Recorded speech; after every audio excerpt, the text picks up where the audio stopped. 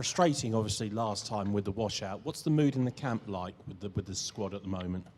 The mood's pretty good. Obviously, yeah, you're right. To be here 5 or 6 days ago and not get a chance to play was frustrating. But we're still off the back of the win against Afghanistan, so we needed that because we were possibly a little bit low before that. But so in effect, we're still off the back of the last win. The last game we played was a win, so no, we're in pretty good shape.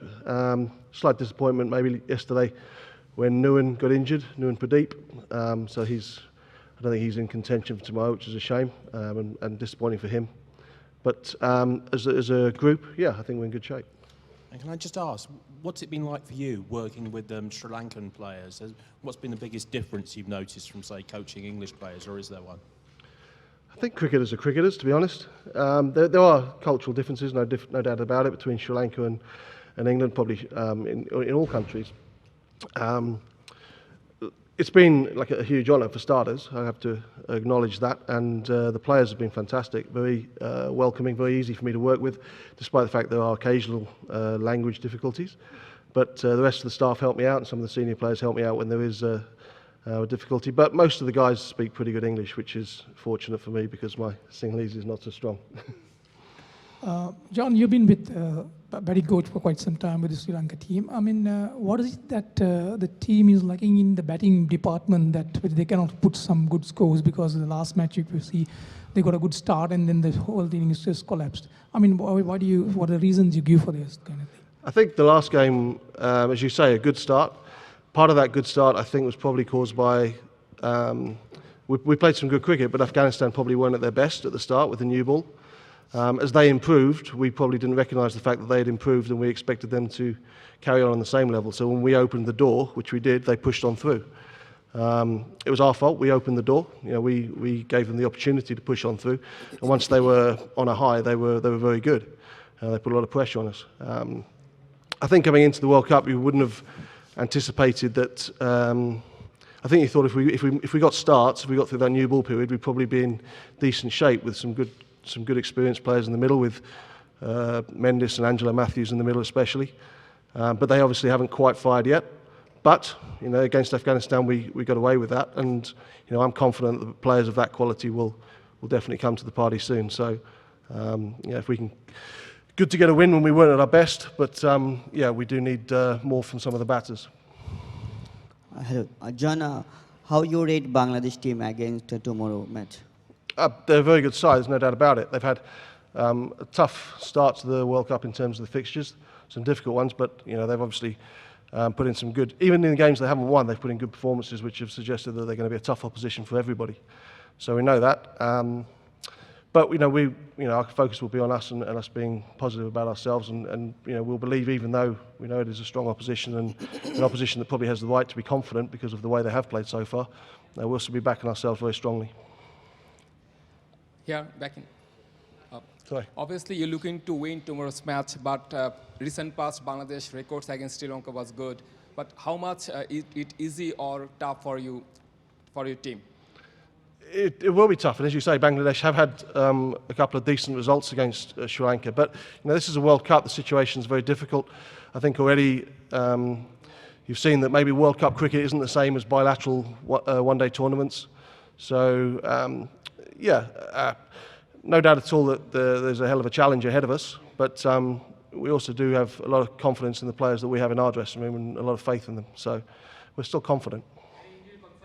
Nuwan Pradeep, unfortunately. Nuwan, who was excellent in the last game against Afghanistan and was pretty good throughout the build-up to the World Cup. Unfortunately, he damaged the finger yesterday. Nothing, hopefully, too serious, just maybe tomorrow's game that he'll be unavailable for. Hello.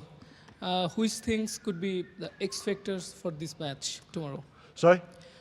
Which things could be the X factors in this match? What should we expect from this match? X factors.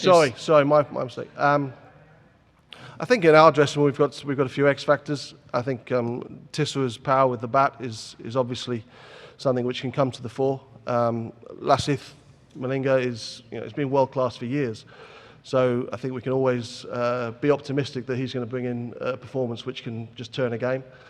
And Angelo, as we spoke before, Angelo Matthews has been a top player for a long time. You can't expect him to go on not producing big runs soon. It's going to come for a player of his quality. So we're confident that's going to come. John, Yeah.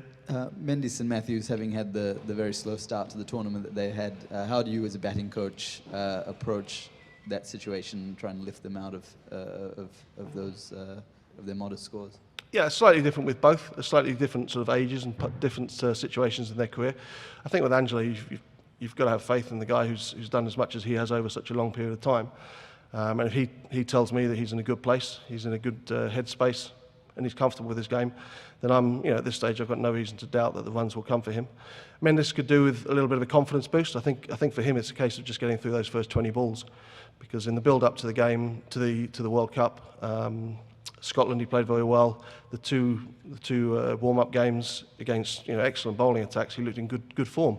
Only got 20s and 30s, which was a bit of a downer. It would have been a good opportunity to get a big score. But there was nothing about his form in those two games that suggested there's anything to worry about. He's had 2 low scores, and yeah, it would be good if he had some more runs behind him. But he's probably only 20 balls away from being really away. John, is there maybe a bit of a concern just looking at how the team's run has gone? I mean, the loss to New Zealand, then a fairly narrow win over Afghanistan, then a washout here. Tomorrow's not looking good. I mean, let's say there is a washout, 1 more point. Perhaps, fall behind the cliched 8 ball when you all of a sudden face Australia, a team like Australia at Lords in a few days. The Oval. At Oval, sorry. Yeah. But you're not being very optimistic. You're looking at the very negative I'm just side saying, of it. in case, because I was here at that match. Nothing happened. Tomorrow forecast is almost as bad. So, Yeah, in a worst case scenario, let's say it does happen. There's no match. Boom! All of a sudden you're playing Australia. Perhaps. Yeah, that would be a too tough late? game. No, that would be a tough game if that happens. I mean, we're still pretty confident we're going to play some cricket tomorrow. Let's just try and think on the positive side of this one. So we're confident we'll play some cricket. If things are terrible and we end up not playing any cricket, we'll go to the Oval, knowing that at various times in this competition, this is England, other teams could have bad luck with weather. So we wouldn't dwell on it. It would be a shame. It would be disappointing for the people of Bristol if they have 2 Sri Lankan games not get a game. But no, we'll prepare for the game. We'll be happy to be playing it, even if it is a shortened game. And we'll deal with what happens after that. John, yeah. Obviously, every team comes here thinking that they're going to be a title contender. How much of that belief is there in this team, you think, within the Sri Lankan squad? I think I've said before, there are sides here who are probably tipped to be semi-finalists. England, India, those types of sides. That it would be quite a surprise if those 2 sides didn't make the semis. But I think everyone, as you said, comes here thinking, well, with a good run, we can get to the top 4, and then once you're in knockout cricket, everyone will back themselves to be successful. And I think we're probably in that group. Possibly not necessarily tipped to be one of the semi-finalists, but knowing that if we get a bit of luck with the weather, if it comes at the right time for us, not the wrong time, and we play our best cricket, possibly when other sides don't quite find their best cricket, then we can turn over anybody. And the ambition will be to get to the semi-finals. Beyond that, I think everyone will sit down at that point, and the last 4 teams will sit down and say, okay, we're right in this. John, first of all, I hope nobody asked about this. Is Tirimana okay? Is he had a little Tirimana? Tui? Yes, he had a little knee niggle yesterday. And Tui's good. The only as I mentioned earlier, the only player who I think is unavailable is Nuan Pradeep. And how's the team camp thinking about bringing in someone like Avishka Fernando instead of Tirimana for a shortened game, if it's a shortened game? Avishka will be a candidate for a long game or a short game. I think he's being talked about. I take your point that with a shortened game you might play the extra batter, so it might be as well as rather than instead of. But yeah, I mean, Avishka's practicing well. He was a little bit unfortunate. He picked up a niggle which caused him to miss one of the warm-up games. I forget which one. I think it was the South Africa game. He got injured at Cardiff. So he missed 1 or 2 of the warm-up games, so that possibly the reason why he hasn't started so far. But he's been practicing well. He played well in Scotland in his last ODI. I think he got his highest ever ODI score there. So it was a bit of a while ago, but I mean that's his last ODI innings, and he got 70 odd, I think.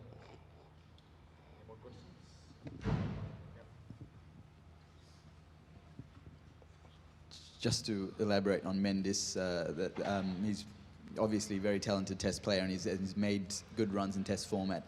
He's been a bit inconsistent, if you're honest, in one-day cricket. What does he have to do to translate that Test form into this format of the game? He's a very talented player. As you say, he's a talented Test player. I agree, the numbers at the moment look good. I think his 2020 record's quite good as well, actually. The 50s, his numbers aren't where a player of his ability should be yet. He's still quite early in his career, to be fair to him. I know he's played probably 40 or 50 games, but they do rack up quite quick.